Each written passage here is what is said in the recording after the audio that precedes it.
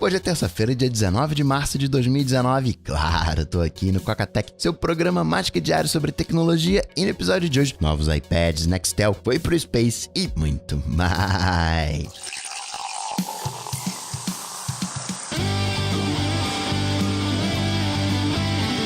Dicas, produtividade, tecnologia, opinião, comportamento, tendência, notícias. Cocatec. Cocatec, a sua dose diária de tecnologia. Apresentação: Gustavo Faria. Tô gravando nessa terça-feira pela manhã. Você sabe que dia de lançamento de treinamento é uma loucura. Mas deu tudo certo, ainda tem algumas pessoas pra responder. Se eu não te respondi, aguenta aí, já tô respondendo. Tá seguindo de manhã, agendei de manhã o e-mail pros patrões. Se você olhar o seu e-mail e não tiver lá, manda um e-mail pra eu saber o que aconteceu. Enfim, e se você quiser também hackear a sua privacidade, proteger a sua privacidade e da sua família, coca.tech/privacidade. Notícias. Cocatec. Primeira coisa a comentar é que a Apple meio que de surpresa anunciou novos iPads. Agora são 5 iPads ao todo. Pô, Coca, mas é um tantão de iPad, mas ficou mais fácil agora de você entender a linha, porque tá mais uniforme. Eu gosto de padrão, gosto de coisa uniformizada.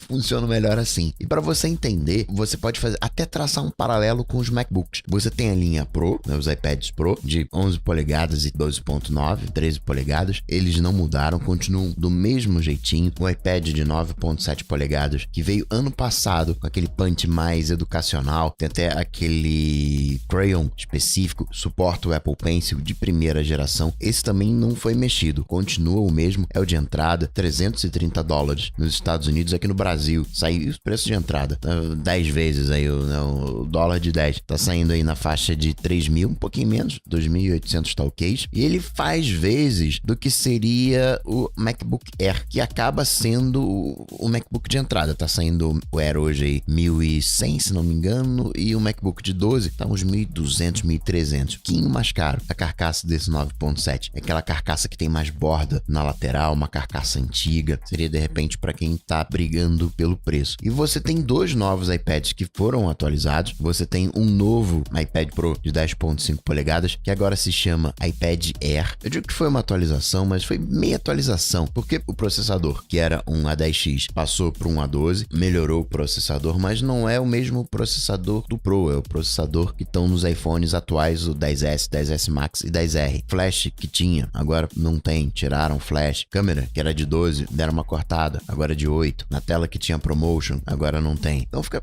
ali no meio do caminho, tá abaixo do Pro, meio que se criou uma outra categoria e a Apple tá chamando essa nova categoria de iPad Air. Seria a terceira geração do iPad Air, ressuscitando um produto. Esse iPad a gente pode traçar um paralelo com o MacBook de 12 polegadas. O Pro é Pro e o Air é trocado. Você faz uma referência meio que em X. Isso porque, embora hoje o MacBook Air ele tenha uma performance superior ao MacBook de 12, que tem praticamente 2 anos, pintando uma atualização vai ser superior a esse MacBook Air. Mas se você olhar do ponto de vista de performance, talvez você possa traçar esse paralelo. E você tem o novo iPad mini, que não é exatamente uma evolução do iPad mini. Ele é muito mais um iPad Pro de 10.5 polegadas, esse novo iPad Air de terceira geração em 7.9 polegadas. Fica bem no meio do caminho. A gente poderia pensar no iPad mini como um super iPad Pro, porém pequeno, com telinha, para quem se sente mais confortável, mas não é o caso. Ele fica intermediário e tampouco é uma versão menor do de 9.7 polegadas, uma versão mini do de entrada. Por isso que eu fiz essa analogia com os MacBooks. Esses dois novos modelos suportam o Apple Pencil primeira geração, então todos os iPads hoje em dia que estão sendo vendidos suportam o Apple Pencil. iPad mini com o Apple Pencil é o de primeira geração, porque se fosse o de segunda geração que recarrega por indução, não tem a portinha Lightning, como é que ia fazer? Ia ter que atualizar o shape desses iPads para colocar a recarga indutiva. Suportam o Apple Pencil primeira geração e também o Crayon da Logitech junto. A Apple também lançou para esses modelos, que é aquela capa do iPad Pro de 10.5 polegadas. Então você tem novas capas, novas cores, voltou o couro. O iPad mini começa em 400 tramps e o iPad Air 500 tramps. Então agora a gente tem aquele iPad que eu tava sentindo falta, aquele iPad intermediário na questão preço. Você vai de 330, 400, 500, dá um salto significativo pro Pro, 11 polegadas, $800 e o de 13, $1.000. Que de novo é mais ou menos o salto que a gente tem nos MacBooks, tirando os MacBooks Pro de 13 polegadas, que não tem Touch Bar nem Touch ID, também não tem a tela True Tone. O preço começa em $1.300, então casa um pouco com os demais MacBooks abaixo, mas o que a gente pode considerar hoje como atualizado começa em 13 polegadas, tá? 1.800 tramps, então tem um saltão de 1.300 para 1.800. E o de 15 polegadas vai virar 2.400, 2.800 tramps. Parece que a Apple tá, né, querendo posicionar o iPad de fato como um notebook, como um produto de linha computacional. Pro dia a dia, eu acho que fica mais interessante o iPad de $500, o novo iPad Air, terceira geração. Você perde os 4 alto-falantes, mas 2 ok, dá pra até assistir o videozinho, o filmezinho, ver a sua Netflix. Câmera, eu não consigo sentir falta, claro que tem gente que usa, mas você tem do smartphone, qualquer coisa você usa do smartphone. Então acho que no geral, pro uso geral, esse de $500 fica como uma boa alternativa, o de 9.7 polegadas pro mercado educacional. E se você precisar de um Plus, se você precisar de mais do que esse intermediário oferece, você tem o Pro de 11/13 polegadas. Além disso, a Apple trouxe uma nova leva de betas, iOS, macOS, watchOS, tvOS, provavelmente sendo oficializado na semana que vem. Vamos ver se a Apple atualiza os AirPods de repente essa semana, né? Hoje, terça-feira, tem novos AirPods, versão 2. Aí amanhã, quinta-feira, AirPower vai soltando de migalhinha pra na segunda-feira a gente ter até o chefão da Netflix confirmou, deu com a língua nos dentes falando do serviço de vídeos da Apple. Falou, a Netflix, a gente gosta da Apple, bacana, mas a gente não vai fazer parte do serviço de vídeos da Apple. A gente decidiu que não vai se integrar no serviço de vídeos da Apple. Então, meio que confirmando aquilo que se acreditava de que o serviço de vídeos da Apple vai ter o seu conteúdo próprio, talvez com uma assinatura ou não, gratuito, vinculado ao Apple Music ou não, mas seria uma evolução do aplicativo de TV. Teria o conteúdo da Apple junto com o conteúdo de outros provedores. Pensa numa TV a cabo onde você sai comprando os pacotes. Mesma coisa. Esses pacotes seriam os aplicativos, seriam Netflix, que não vai fazer parte, mas exemplificando, uma HBO, um Showtime. Aí compra o pacote de futebol, o pacote de lutas, você vai adicionando canais. E uma coisa que eu tava esquecendo desses novos iPads, conector Lightning, não é conector USB-C. De Apple é isso. Registrar o papo que bateu o Phil Schiller no Accidental Tech Podcast, saiu na sexta-feira. Você que curte Apple, vale a pena escutar. Tem a treta da Betina, você deve ter ouvido todo mundo falando da tal da Betina, 1 milhão com R$1.500, tirando aí as contas e tudo mais. Tem algumas coisas curiosas. Primeiro que você não tem uma regulamentação de propaganda como a gente tem na TV no online. A gente se depara com umas coisas, né, esquisitas. Quem tá por detrás dessa campanha é Empíricos, que se envolve, sem tecer julgamentos, frequentemente em questões polêmicas. Propaganda no mercado financeiro é complicado. Teoricamente, você deveria ter uma certificação quando você está falando de investimentos, recomendação de investimentos. Você deveria ter uma certificação. Isso já tem tempo. Em função das propagandas da Empíricos, esse certificado foi removido, aí depois a Empíricos falou,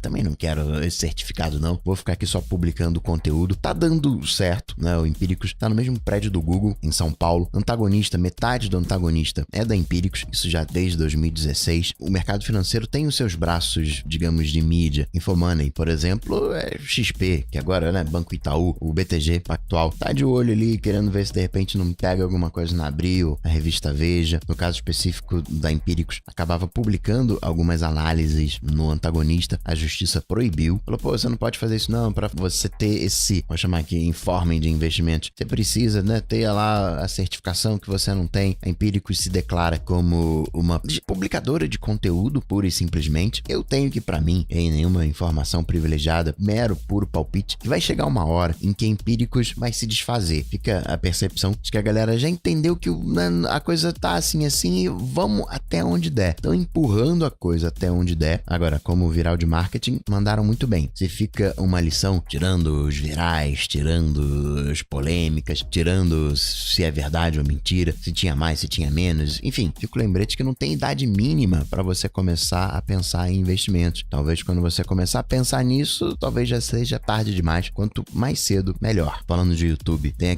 a treta do Momo, a galera falando, pô, o Momo tá aparecendo aqui no YouTube Kids. Google falou que não tá aparecendo, fica monitorando, tem toda uma equipe de curadoria. Além dos filtros, você tem 10 mil pessoas fazendo a curadoria. Também tá rolando no WhatsApp. Já pediram, o Ministério Público da Bahia pediu para que esse vídeo seja retirado do Google, as imagens sejam retiradas do Google e também do WhatsApp. E aí já complica, né? Como é que retira isso do WhatsApp? Tem uma coisa legal que o WhatsApp muito inteligentemente está fazendo, é um browser interno. E aí nesse browser interno, de repente, peraí, é um link suspeito esse aqui, você pode ter um blacklist. Não, isso aqui eu não vou abrir, isso aqui é fake news. Você começa a ter uma gerência maior e de repente uma solução parecida pode ser adotada na questão de fotos, questão do WhatsApp. Quando é Google, não tem nem o que falar, né? É público, não, esse conteúdo aqui não pode ser distribuído. Agora, no WhatsApp fica mais complicado, porque se você faz uma analogia de comunicação pessoal, peraí, quem é você para dizer o que eu posso ou o que eu não posso falar / propagar? Mas tem determinados conteúdos que é crime, Coca. Então,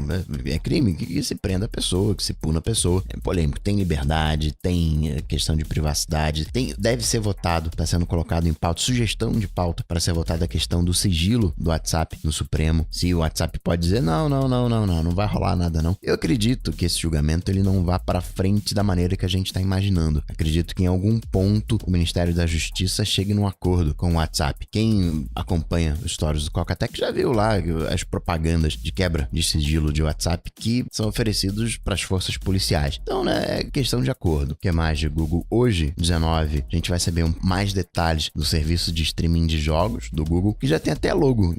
Sabe o sinal de Wi-Fi? Lembra muito, só que é interligado, como se fosse um Z. Mas amanhã eu conto pra você. Xiaomi anunciou o seu Black Shark 2, 12 GB de RAM, câmera dupla de 48 megapixels. Tem aquele resfriamento líquido, aquela câmera de vapor, Liquid Cool 3.0, chega a reduzir a temperatura em 15 graus. É um monstrão, não tem nem o que falar. A Claro tá comprando a Nextel e é bacana porque isso desempata. Hoje a TIM tá em termos de número de usuários, a TIM tá empatada com a Claro ali com os seus 55, 56 milhões de usuários. E agora a Claro dá um salto, né? Incorpora a carteira. Nextel não tem lá muitos clientes, principalmente Rio e São Paulo. Vai ter uns 4 milhões de usuários, 1% de mercado é pouco, mas vai colocar a Claro com 60 milhões. O maior número de usuários continua sendo a Vivo, que tem 70, 75 milhões de usuários. Nextel tem ali umas faixinhas que podem ser aproveitadas pela Claro, mas essa questão de banda não sei se foi tão importante assim. Acho que é mais uma questão de carteira de clientes. O roaming da Nextel, que era feito via Vivo, provável que agora seja escoado via Claro, ainda tem que ser aprovado, tem aquelas regulações, tem aqueles ajustes finos a serem feitos. E por último, oficial, agora suspeitava-se que o MySpace perdeu 12 anos de música, de 2003 a 2015. MySpace que naquela época era referência, muitos artistas iniciaram no MySpace, era uma espécie de rede social musical. Fizeram uma migração e perderam os dados. Já tinha um ano que estava rolando esse papinho e agora oficializou. Colocaram lá o estagiário para fazer a migração, demonstra que não tinha backup, mesmo sendo um volume gigantesco de dados, né? Dá até para imaginar. Mas precisa fazer backup. Dá um ruim, acontece isso. Por essas e outras que eu falo, não dá para você confiar nas empresas e as empresas deu algum problema, perdemos teus dados, desculpa aí, foi mal. E vida que segue. É você que tem que ser o seu próprio zelador, o seu próprio protetor. Por isso que dentro, um dos bônus do hackeando a privacidade é exatamente hackeando backup, porque né, não adianta falar de tanta proteção de privacidade sem você ter essa certeza, sem você ter essa segurança que os seus dados estão, sim, de fato, protegidos. E assim, hackeando a privacidade, lá em coca.tech/privacidade, vou ficando por aqui, mas eu volto, claro, você sabe, amanhã, quarta-feira. Abraço pra vocês, até amanhã. Tchau, tchau. Esse programa só chega até você graças aos patrões do Coca-Tech. Se você curtiu o projeto, considere se tornar um patrão apoiando em coca.tech/patrão. Coca-Tech.